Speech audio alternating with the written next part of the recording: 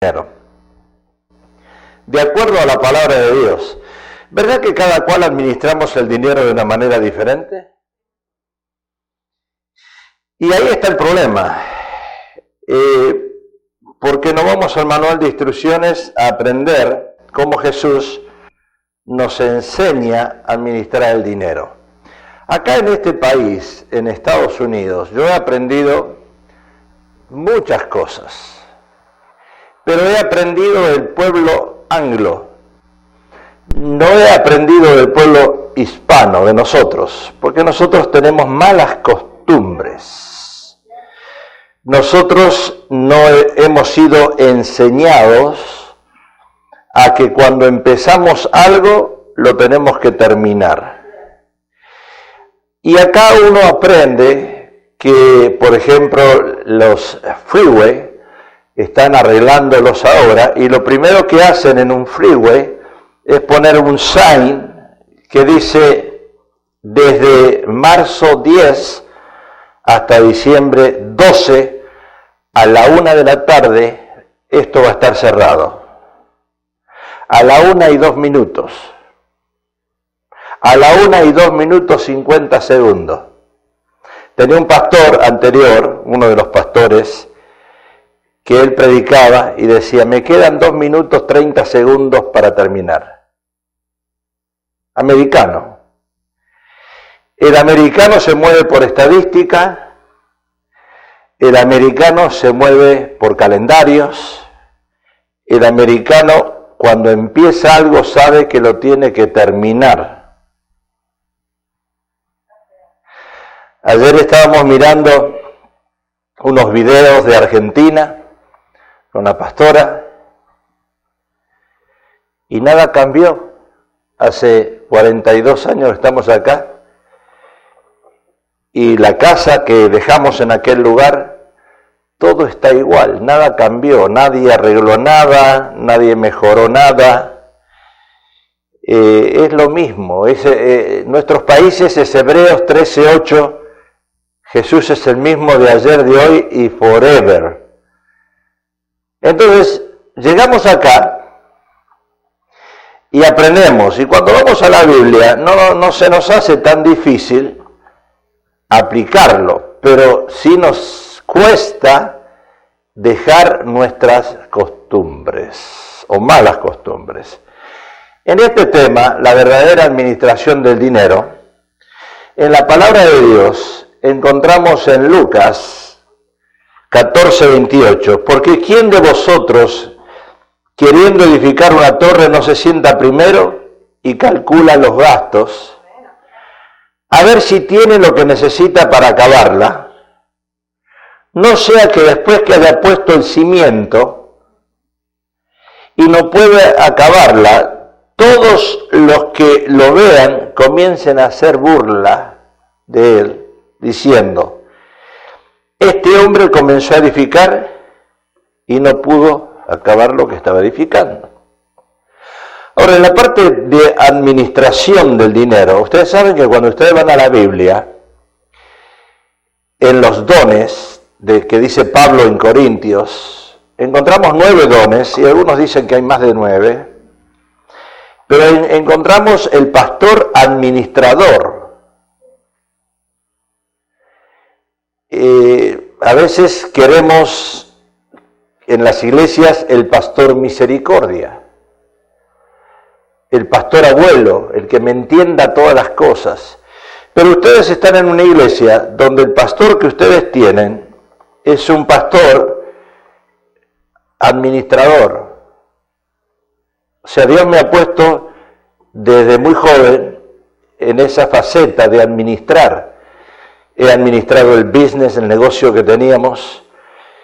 Tengo varias cuentas que administro. Y claro, uno a la edad que yo tengo ahora, 45, voy por los 46 años, uno se olvida de ciertas cosas, no es como tan fluida como antes el asunto, pero administrar es 2 más 2, 4. Pero no todos podemos administrar, y no todos sabemos administrar. Me decía el pastor Jaime Toll, dice: Pablo, dice, no prediques tanto que el hombre es el que tiene que ganarse el pan y el que tiene que administrar su casa. Deja que las mujeres lo hagan porque las mujeres lo hacen mejor. Y yo le digo, pastor, pero eso no dice la Biblia. Sí, pero son dones. ¿Para qué vas a hacer pelear al matrimonio? Dice. Deja que la mujer lo administre, porque hay mujeres que lo saben administrar más. Ahora hay mujeres que son gastadoras. Y hay hombres que lo tienen que manejar el dinero. O sea que la administración es una faceta importante. Cuando hablamos de mayordomía, es administrar, la palabra sería mayordomía. Cuando hablamos de administrar, es administrar el tiempo, es administrar nuestro matrimonio, es administrar nuestra vida. O sea, todas las cosas que nosotros tenemos alrededor nuestro necesitan administración. No es solo el dinero. Quiero comenzar diciendo que el dinero no es del diablo. Tiempo atrás, cuando estábamos en la radio frecuente y llamaban para ordenar materiales de estudio, llamó una hermana para hacer una orden. Le dije, hermana, deme su número de tarjeta, de Visa o Mastercard. Ah, me dice, yo no tengo porque eso es del diablo. Sin embargo, cuando uno va a los centros comerciales, a Macy's o a cualquiera de esos lugares, usa la tarjeta. Pero me dijo que eso era del diablo, porque se enseñaba en tiempo atrás. Acuérdense que el hermano Gigi Ávila, gran evangelista, dijo que el televisor era la caja del diablo. No sé si se acuerdan ustedes. Quiere decir que todos nosotros ahora somos diabólicos. ¿Por qué? Porque miramos televisión.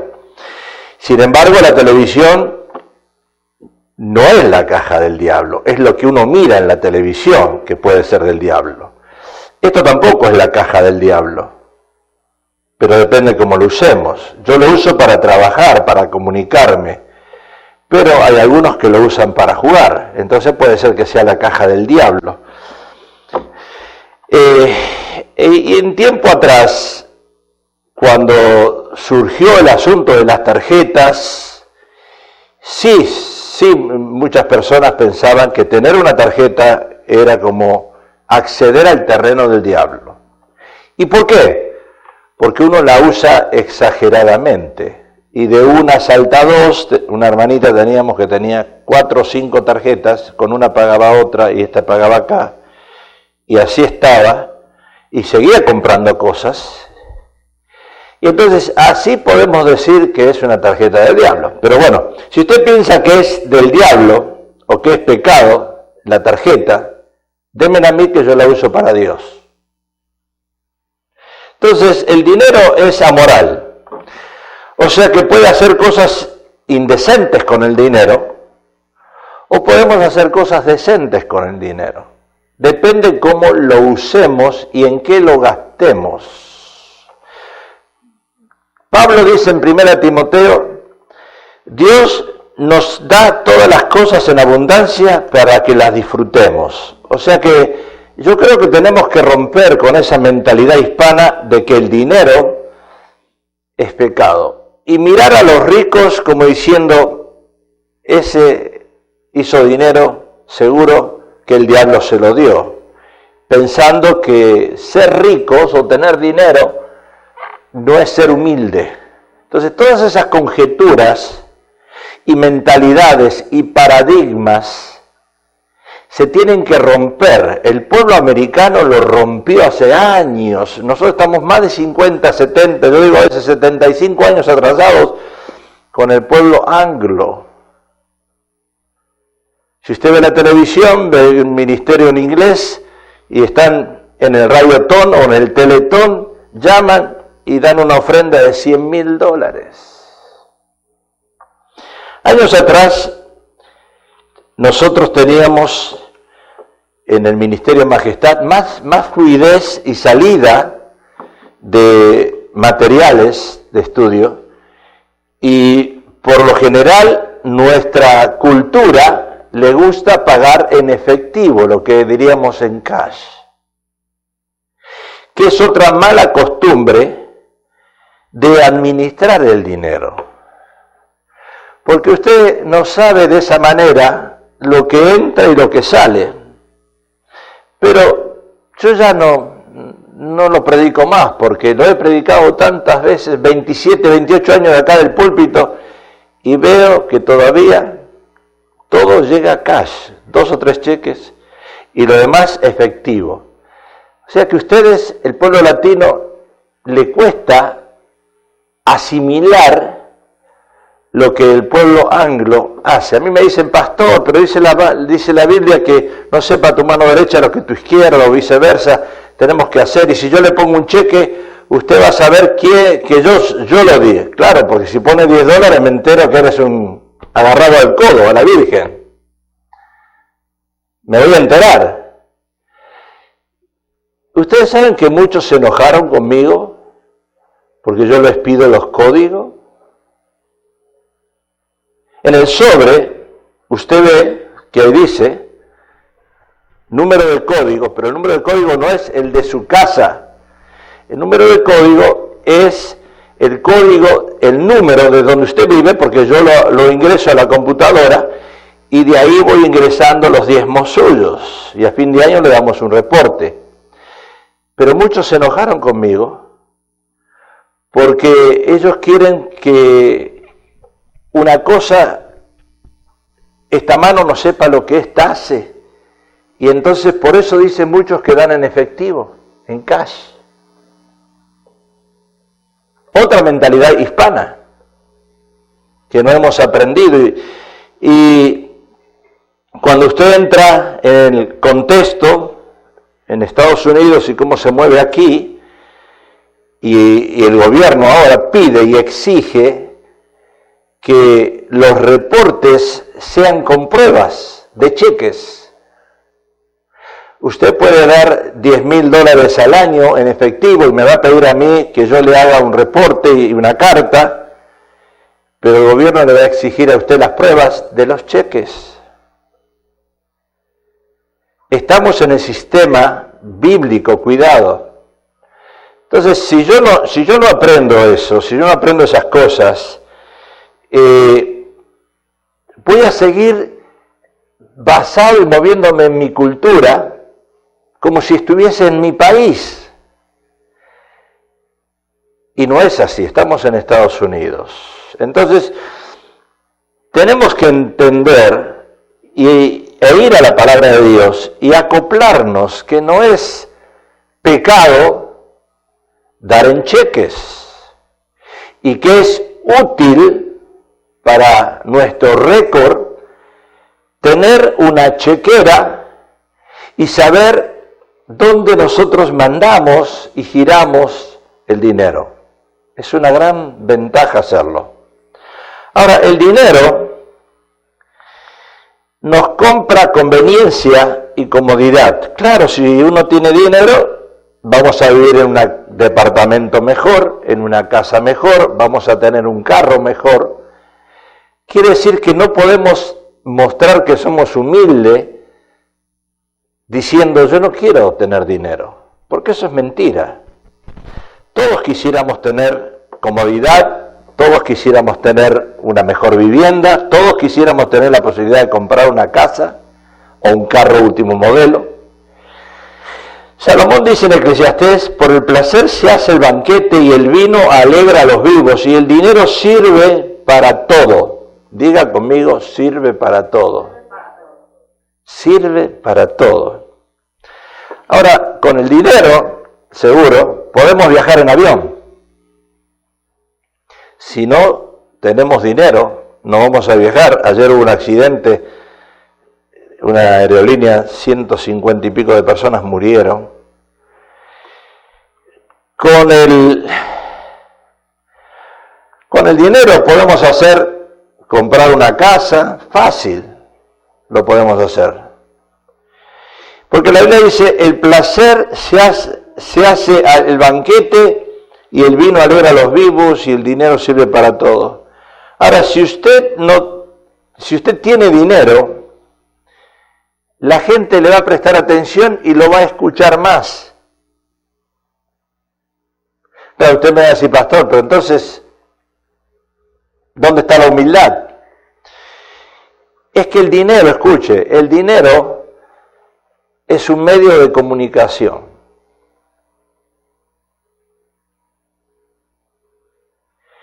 El dinero es un medio de comunicación. Y fíjese que a este presidente que tenemos no lo votaron por ser un político o ser quizás una persona inteligente en la política, sino lo votaron porque él sabe y supo cómo llegar a hacer dinero. Si usted va a la Biblia, desde el Génesis, usted va a encontrar que Abraham era rico, Moisés tenía mucho dinero. Había mucho dinero con ellos. Claro, en ganado, en otras cosas. Pero el dinero, dice la palabra de Dios, no es el problema. El problema es el amor al dinero. Entonces Pablo dice, los que quieren enriquecerse caen en tentación y lazo y en muchas codicias necias y dañosas, que hunden a los hombres en destrucción y perdición, porque raíz de todos los males es el amor al dinero, el cual codiciando algunos se extraviaron de la fe y fueron traspasados de muchos dolores.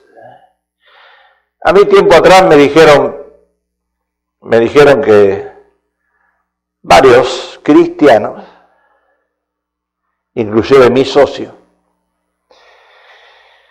cuando nosotros en este país llegamos con $200 y gracias a Dios empezamos a trabajar, Dios nos puso un business, pusimos un negocio, y usted sabe que acá en este país se caracteriza, o sea, el progreso en este país, usted lo manifiesta cuando de un carro usado pasa un carro nuevo, de una casa, más o menos de una casa mediocre pasa a una casa mejor, y va escalando. Bueno, Dios nos permitió a nosotros, y gracias a la supervisión del contador, hermana María Aguilar, porque eso es muy importante, el contador me decía, Pablo, estás pagando muchos impuestos, muchos taxes. Necesitas comprar una casa de mayor valor. Y escalamos 6 casas, compramos aquí. Llegamos a escalar de una casa a otra, a otra, a otra. Y la pastora soñaba con tener una casa en la montaña. Y yo dije, bueno, si no le dio el gusto, ella se divorcia. Así que tiene que robar bancos, hacer cualquier cosa para... Porque uno, si no le da el gusto a la esposa, hermana Elena, ellas hoy te dejan. Entonces digo, ¿cómo voy a hacer para comprar una casa en la montaña? Bueno, Dios nos bendijo en una forma honrada. Diga honrada. Así, bajaste las luces, ¿verdad? Qué bueno, te acordaste. Eso es ser honrado, inteligente. Y compramos. Vivimos en 2 casas, 1, 2, en la montaña, en Burbank, donde el broker que nos vendió la casa venía a esta iglesia, se sentaba ahí atrás, era una hermana, y nos dijo, el que quiere vivir en las montañas está bien, pero es solamente City Light. ¿Cuál es la diferencia de vivir en una montaña y vivir abajo? Que de arriba tú tienes City Light, ahí donde estábamos veíamos todo Burbank, una casa donde teníamos una vista hermosa. Usted salía ahí, veía todo Universal Studio, todo Burbank, a la noche salía ahí, parecía que estaba en el cielo. Sí, es lindo, pero uno cuando se acostumbra, City Light. Entonces, pero teníamos que comprar una casa para pagar menos taxes. Y a mí me decían, tú eres pastor, tú no puedes vivir en las montañas. Tú tienes que vivir ahí abajo. Y me lo han dicho muchos cristianos. Y yo no entendía el por qué, porque siendo cristiano y dando, no soy exagerado, pero quizás muchas veces hemos dado más del 10%, el diezmo, triplicado. O sea, si Dios lo bendice y usted bendice el reino, Dios lo va a seguir bendiciendo más. Nosotros, la verdad, y Dios es testigo, éramos muy inocentes en el Evangelio. Creo que está entrando el sonido por la cámara. Y éramos muy inocentes en el Evangelio. Y que venga un hermano mayor, porque así se le dice al hermano mayor, se le dice al hermano que tiene 50 años de cristiano, 40 de cristiano, 30, se le llama hermano mayor. Supuestamente conoce más de la Biblia. Y cuando viene un hermano mayor y le dice a usted, tú no puedes vivir en la montaña. Nos dijeron que no podíamos tener una casa en la montaña ni tampoco manejar un auto último modelo. Acá teníamos no voy a dar nombre, pero acá teníamos un hermano que era pastor, después fue pastor, y tenía 2 carros. Escuche lo que yo le digo, porque no va a encontrar otro pastor por ahí afuera que le diga lo que yo le digo. Porque los pastores a veces quieren engañar a la gente, y yo no. Pero acá teníamos un hermanito que tenía un Mercedes-Benz último modelo en su casa, pero acá venía con un auto usado, casi roto. Después vengo a la oficina y le doy el nombre. No, mentira, no se lo voy a dar. Pero el hermano, ¿sabe lo que hacía? Se hacía el humilde y le pedía dinero a las hermanitas. El auto bueno lo dejaba en la casa. Venía con el usado. ¿Cuál traes tú, Abelina? El más viejito. Está bien. Así hay que hacer. Para engañar a la gente, para decirle, ves, yo soy humilde. Más o menos está entendiendo un poco el mensaje. Es un error de mentalidad del pueblo hispano. Muchos piensan que si el pastor, valga la redundancia, tiene esa casa en las montañas, la gente puede pensar, se está robando el dinero de los diezmos. El primer pastor que nosotros tuvimos, teníamos en la congregación en Grace Community Church, en la parte hispana, en aquel tiempo teníamos 400. Yo dirigía la alabanza. Algún día les voy a mostrar los videos de hace 40 años atrás, que yo dirigía la alabanza con transparencias. Y teníamos 400 personas en la iglesia. Yo daba los anuncios, no predicaba, pero dirigía la alabanza. Y dentro de la congregación teníamos un matrimonio chileno que tenía dinero. Y un día vienen con un carro nuevo y se lo regalan al pastor. El pastor no estaba acostumbrado a recibir regalos de ese tipo. Y los hermanos del comité, dicho está de paso, hermanos del comité, ¿verdad? Pastor, tú no tienes que aceptar ese regalo.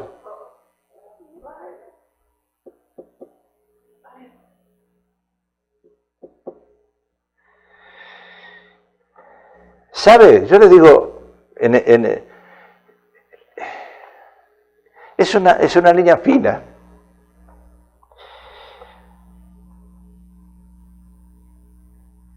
Y le preguntaron, ¿por qué se lo regaló? Y el matrimonio les dijo, un mensaje que usted predicó salvó nuestro matrimonio. Usted merece más que un carro. Fue un instrumento que Dios usó para salvar mi matrimonio.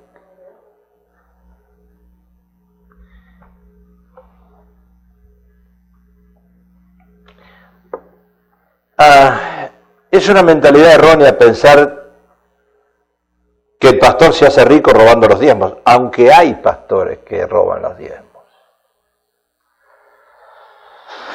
Entonces, no debemos disculparnos por tener cosas de valor o de lujo, un buen reloj, un carro, si es que es honrada la cosa, si es que estamos cumpliendo con Dios, si es que somos dadores, más bienaventurado es dar que recibir. Entonces no tenemos que sentirnos culpables de esas actitudes o acciones. Y no es problema tener dinero, sino que el dinero te atrape y te esclavice. ¿Y cómo te esclaviza el dinero? Por no tener un budget, por no saber administrarlo, por no tener control de las entradas y no tener control de las salidas. Entonces vas a vivir esclavizado del dinero, porque uno gasta más de lo que gana.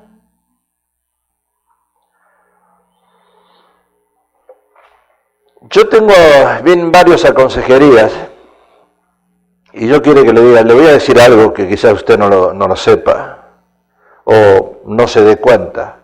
Cuando uno tiene 40 años o 45 no se da cuenta. Pero si usted no llega a tener casa en este país, escuche lo que le estoy diciendo, es muy importante esto, y usted no salga de aquí hoy y robe un banco para comprar una casa. La casa en este país, hay una gran diferencia en rentar un departamento a tener una casa. Ser propietario, ¿por qué le digo eso?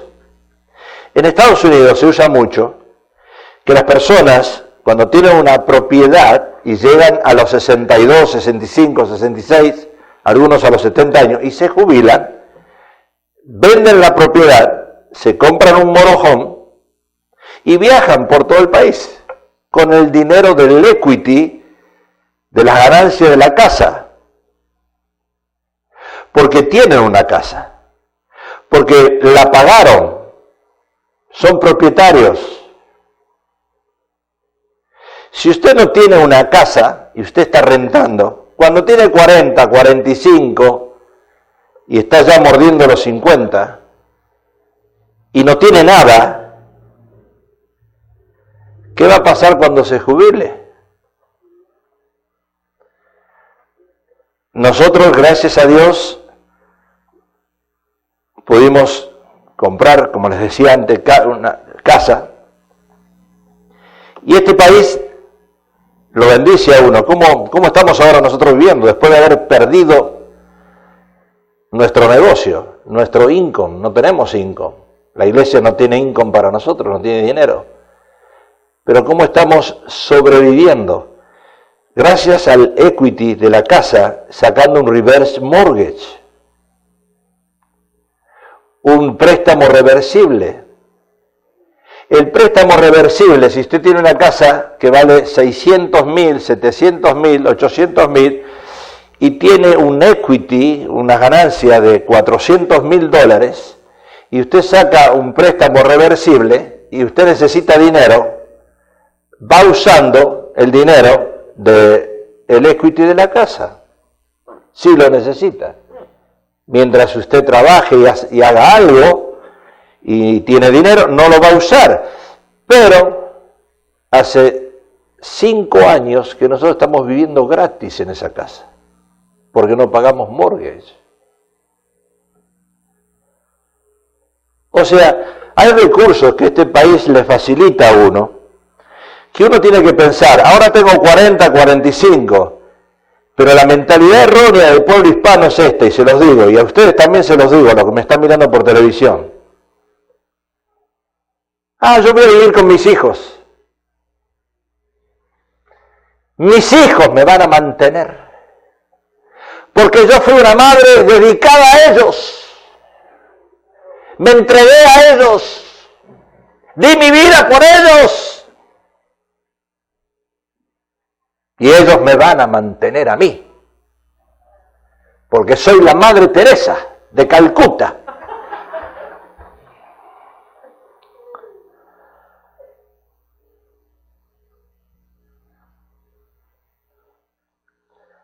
Ayer estaba aconsejando a una persona que me tuvo como 3 horas, problemas con el marido, como todas las mujeres tienen problemas con el marido, cuando lo pierden lo lloran, pero me estaba diciendo sus problemas y yo le dije, hermana, ¿no te das cuenta que hoy los hombres de 60 años y de 70 también se casan con una mujer de 30 y 35 años? Máximo 40, porque después de los 40 empiezan los problemas. Entonces le digo, ¿no te das cuenta? ¿Y por qué los hombres buscan mujeres jóvenes?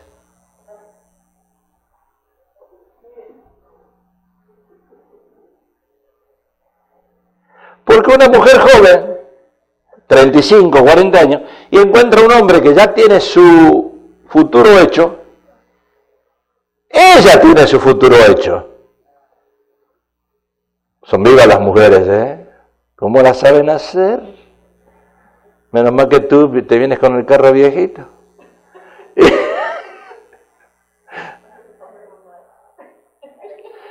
Entonces, para muestra basta un botón.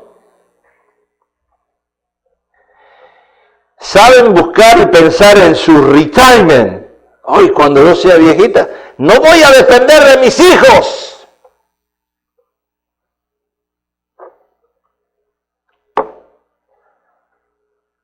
Usted me mira, hermana Carmelina, diciendo, ¿qué está diciendo el pastor?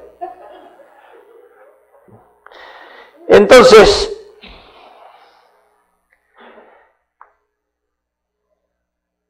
hay que pensar en tener una casa.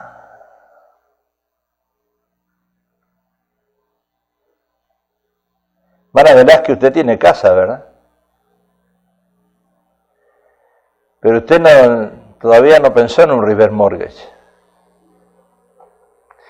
Es algo que uno a veces no le interesa a uno o no se le cruza por la mente a veces del beneficio que uno tiene.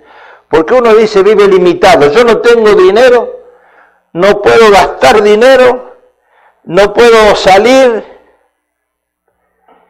y después la casa se la comen los hijos. Acá tuvimos un hermano, muy poco tiempo estuvo con nosotros, poquito tiempo.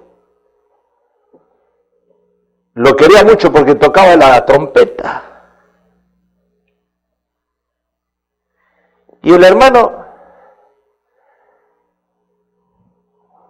vino un domingo, con un cheque de 11,000 y pico de dólares. Usted se debe acordar, hermana Elena.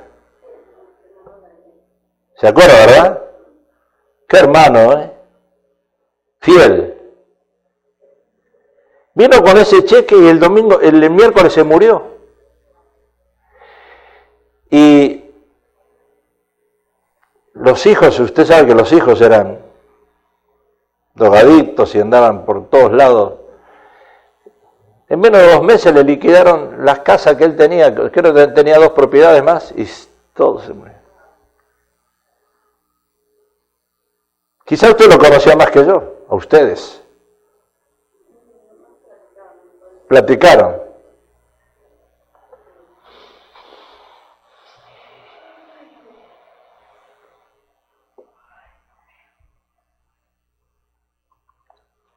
Los que quieren enriquecerse caen en tentación y lazo, dice la palabra.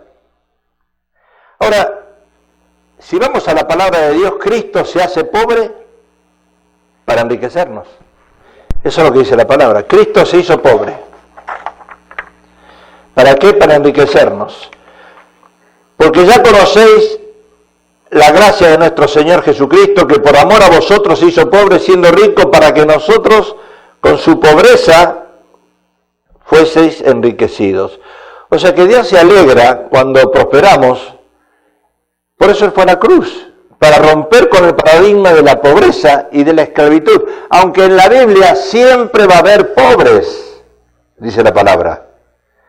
Porque el contexto que haya pobres nos motiva a nosotros a ayudar al prójimo. Si no hubiese pobres, ¿cómo los vamos a ayudar? Miren lo que pasó el jueves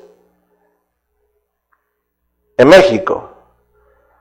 Un camión llevaba no sé cuántos indocumentados adentro y volcó, 26 se murieron.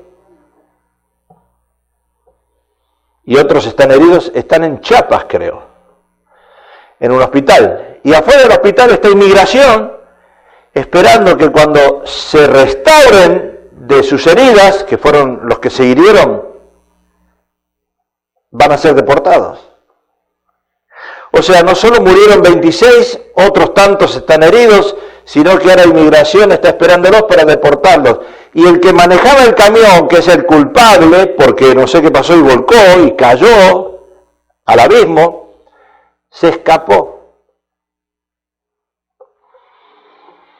A veces somos pobres y queremos volvernos ricos de una manera incorrecta. Y la pagamos. Ahora, el mundo usa tres cosas para prosperar. El mundo usa tres cosas. Primero, usa la mentira. Segundo, usa el engaño o el dinero rápido. Y tercero, el trabajar duro. O sea, yo voy a hacer dinero trabajando, teniendo 2 trabajos, 3 trabajos, 4 trabajos. Y una cosa es trabajar duro, miren ahí lo que dice en la pantalla. Una cosa es trabajar duro y otra cosa es comer pan de dolores.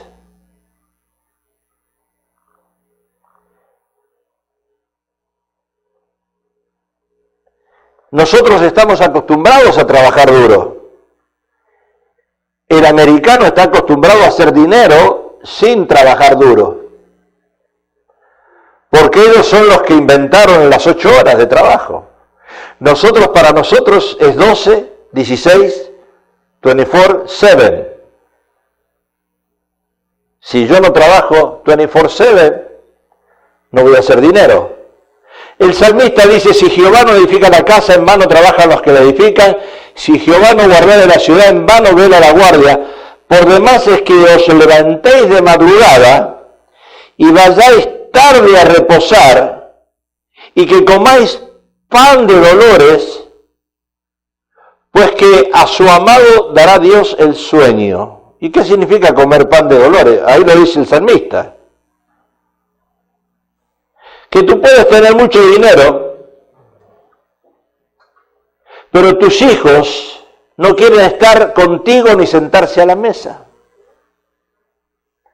¿De qué sirve tener dinero?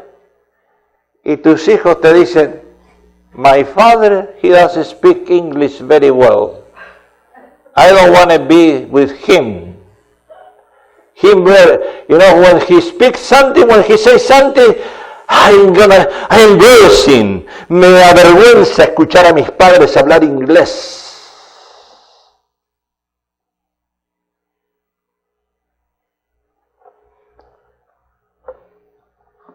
¿De qué sirve tener mucho dinero?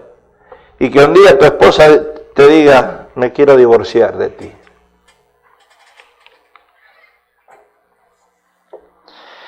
Trabajaste mucho, pero de acuerdo a la palabra, quizás no supiste edificar tu hogar, no mostraste temor de Dios, dedicaste tu vida a amontonar riqueza, pero te olvidaste de tu familia y te olvidaste de Dios, que es lo más importante, por pensar en el dinero. Escuche, una ecuación matemática es 100%. Yo voy a cargar gasolina, yo cargo 100% de gasolina en el carro, no cargo 10 pesos. Voy a hacer las compras, gasto el 100% de lo que tengo para comprar lo que yo necesito, el 100% de lo que necesito. Entonces, cuando nosotros pensamos en ese 100%, es que yo estoy invirtiendo, de acuerdo a la palabra de Dios, todo mi tiempo y mi mente está en el 100% de lo que yo hago. Y ese es un error. ¿Y por qué es un error? Porque yo no puedo dedicar 100% del tiempo a mi trabajo. Porque si yo dedico el 100% del tiempo a mi trabajo, mi esposa va a salir con otro. Va a encontrar otro que la saque a pasear. Si yo dedico 100% de mi tiempo a mi trabajo, mis hijos van a crecer de acuerdo a lo que el mundo les enseñe. Entonces, cada cosa que hacemos nosotros dedicando el 100% es un error. Y a veces nos concentramos tanto en las finanzas que dedicamos el 100% pensando en el dinero nada más. Y el hombre trabaja y piensa en el dinero y la esposa se lo gasta por otro lado o sale con otro.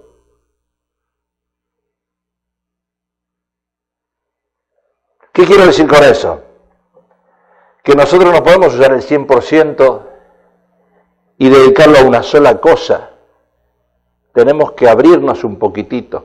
Por eso tenemos un Cristo cristocéntrico. No es de un lado ni del otro. Tenemos que hacer un balance. Yo no puedo dedicar 100% mi vida a las cosas de Dios.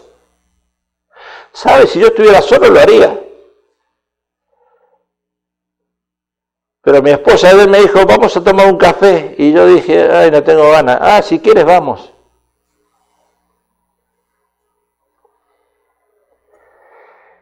Es un error. Muchos matrimonios se divorcian porque tanto el hombre como la mujer dedican 100% a su trabajo y se olvidan del resto.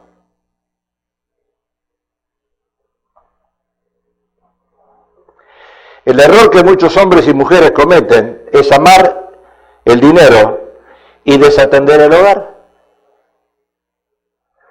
Bienaventurado todo aquel que teme a Jehová, que anda en sus caminos, cuando comieres el trabajo de tus manos, bienaventurado serás, bienaventurado feliz, y te irá bien. Tu mujer será como vid que lleva fruto a los lados de tu casa, tus hijos como plantas de olivo alrededor de tu mesa. He aquí que así serás bendecido el hombre que teme a Jehová.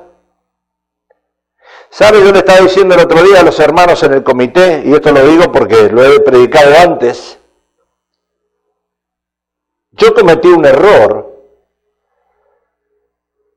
en el pastorado al dedicar 100% el tiempo a Dios. Primero, perdí a mis hijos. Los perdí. Segundo, perdí mi negocio. ¿Saben por qué? Por una fe equivocada. Porque yo dije, ahora soy pastor, y dediqué todo mi ser, cuerpo, alma y espíritu, a Dios. A Dios. Estudié, profundicé, busqué de Dios, como me decían el otro día, hay que buscar más de Dios. Sí, yo busqué mucho de Dios, pero pagué las consecuencias. Perdí a mis hijos y perdí mi negocio. Mi negocio, porque yo lo levanté. El negocio estaba acá arriba y lo perdí. ¿Saben por qué? Por dedicarme a ustedes. Y miren cómo tengo a la iglesia ahora vacía.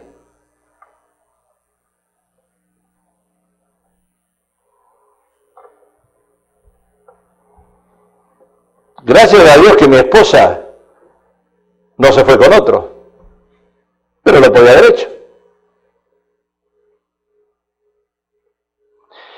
Llevar el arroz con frijoles a tu casa, ¿va a dejar contenta a tu esposa? No va a ser pan de dolores, sino de alegría. Y uno tiene que darle gracias a Dios por el trabajo que tienes, porque de allí uno recibe la bendición. Pero cuidado, con descuidar las otras cosas.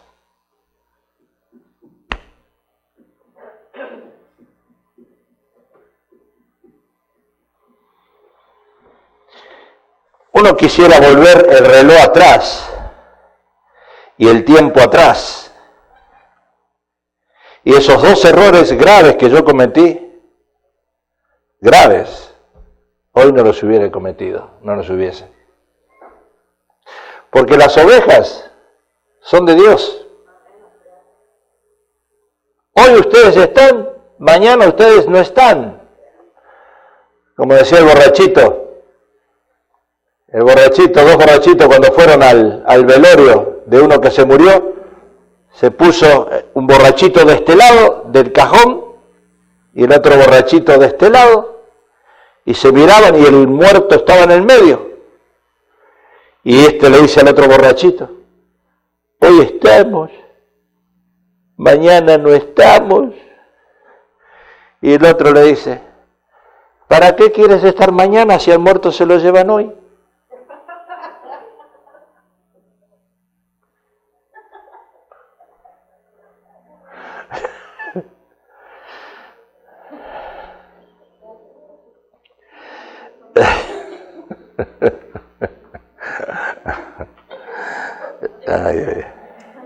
Entonces, proverbio, ya termino. La bendición de Jehová es la que enriquece y no añade tristeza con ella. Salomón dice que la bendición de Dios enriquece.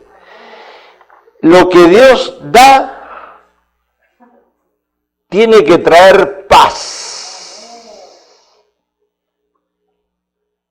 Si estás en un negocio y no tienes paz y no tienes tiempo para tu familia, yo lo aprendí,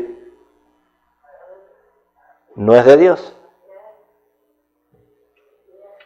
Si Dios te dio ese esposo, tienes que tener paz, porque si no tienes paz, ese esposo le pertenecía a otra persona, se lo robaste. Lo mismo que una esposa. El mejor regalo que Dios nos da, de acuerdo a la palabra de Dios, es la esposa. Es un regalo, pero hay que saberla cuidar. El reino de Dios, dice la palabra, tiene ciudadanos, no miembros. Esto es clave y ya estoy terminando. Porque el reino de Dios no es comida ni bebida, sino justicia, paz y gozo en el Espíritu Santo. Y Efesios dice, así que ya no sois extranjeros ni advenedizos, sino conciudadanos de los santos y miembros de la familia de Dios, edificados sobre el fundamento de los apóstoles y profetas, siendo la principal piedra del ángulo Jesucristo mismo, en quien todo el edificio bien coordinado va creciendo para ser templo santo en el Señor, en quien vosotros también sois juntamente edificados para morada de Dios en el Espíritu. Aleluya. O sea que el ciudadano del reino no es mezquino. Hoy tenemos que juntar, hermana María Aguilar, el dinero para pagar la estufa. Porque yo creo que tenemos aquí hombres y mujeres que no son mezquinos. ¿Sí? El hombre o la mujer que teme a Dios, de acuerdo a lo que dice Efesios y Romanos, trae sus diezmos y trae sus ofrendas a Dios. ¿Por qué? Porque no servimos nosotros a Dios por dinero, sino por agradecimiento y amor. Ningún siervo puede servir a 2 señores, porque o aborrecerá el uno y amará el otro, estimará el uno y menospreciará el otro. No podéis servir a Dios y a las riquezas, al Dios Mamón en las riquezas. O sea que no podemos mezclar una cosa con la otra. El aceite y el agua no andan juntos. No son muy amigos. Y uno no sirve a Dios por dinero, sino por agradecimiento y amor. Porque uno sirve a Dios porque uno se ve en la cruz. No lo ve a Jesús. Se ve uno ahí crucificado. ¿Y sabe lo que hizo Jesús? Te sacó a ti de la cruz y se puso él.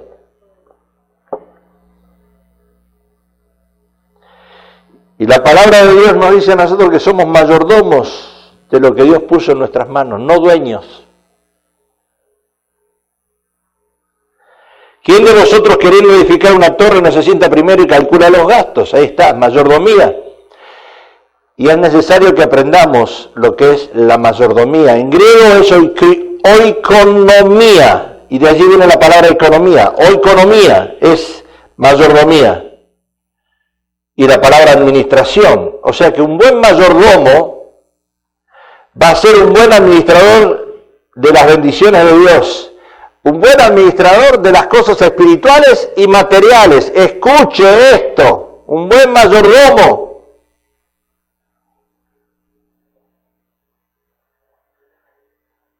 Y yo se los dije al concilio y se los vuelvo a decir. Los que están en el concilio no son solamente para administrar las cosas espirituales, sino también las materiales. Porque un buen mayordomo va a utilizar todos los medios necesarios para llevar a cabo el proceso de administración. Ayer vinieron a colocar todos los gutters nuevos en la iglesia porque ya estaban mal, el agua caía por todos lados y costó $1.500 colocar esos gutters. Y nosotros no estamos en conexión, aunque el Papa es argentino, yo no tengo ninguna conexión con el Papa, si no le podía haber perdido el dinero al Papa Francisco, ir a comer con él. Hoy no podíamos haber invitado al Papa porque hoy tenemos choripán. Y de paso que traía una ofrenda del Vaticano, pero no lo hizo. Entonces, un buen mayordomo tiene la capacidad de poder hacer cálculos antes de comenzar una tarea. No puedo decir, yo voy a tener una reunión los martes y después la voy a tener de acá a 2 meses. No puedo decir, yo voy a empezar algo hoy y no sé si qué va a pasar mañana. No es así la cosa.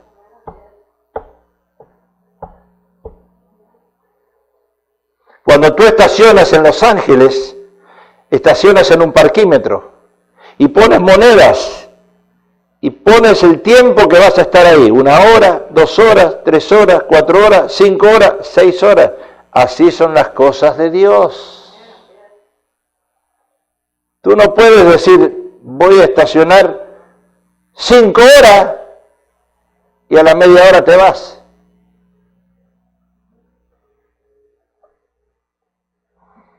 El cristiano que calcula vence la guerra a los obstáculos.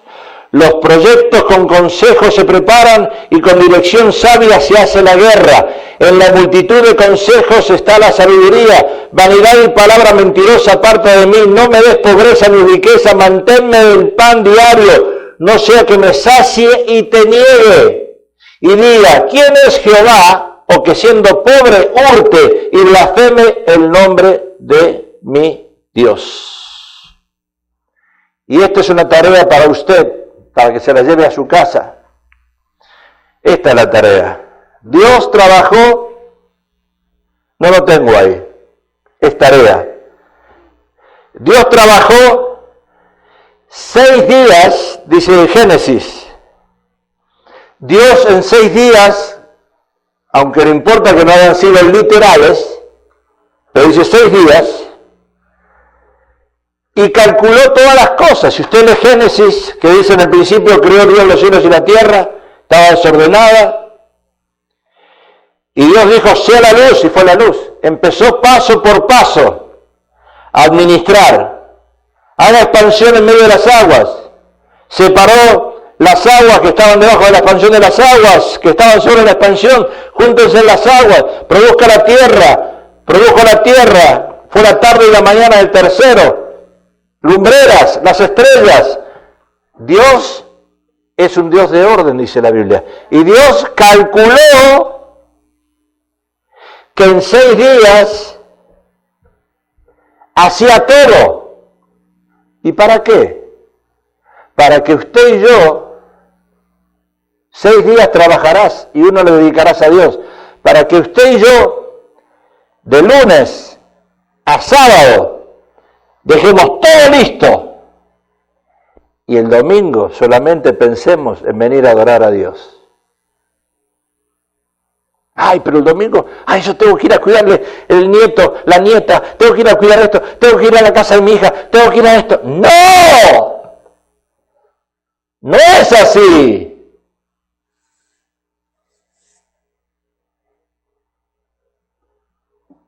El domingo es para dedicarlo a Dios. ¿Y sabe cómo le dedica a Dios el domingo? Escuche. Haga planes. Vaya a comer con alguien que no lo hizo nunca. Saque a alguien a comer. Si tiene que ir a un hospital, vaya a un hospital a visitar a alguien. Haga coinonía. El domingo no es para pensar si usted le tiene que cuidar los nietos, las nietas o quien sea sus hijos, o si usted tiene que hacer algo, alguna diligencia para sus hijos. El domingo es para dedicarlo a Dios. Pero si usted de lunes a sábado no ordena su casa, no lava la ropa, no limpia su casita, no deja las cosas ordenadas y le dice a sus hijos o a la Virgen de Guadalupe, le dice, no me llames el domingo ni me pidas nada, porque el domingo es día de evangelizar. El domingo es día de discipular, el domingo es día de coinonía. Si no, las sillas van a seguir estando vacías.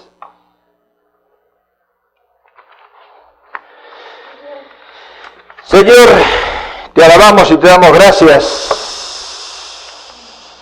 por tu palabra. Pedimos que seas tú el que añadas lo que no se pudo añadir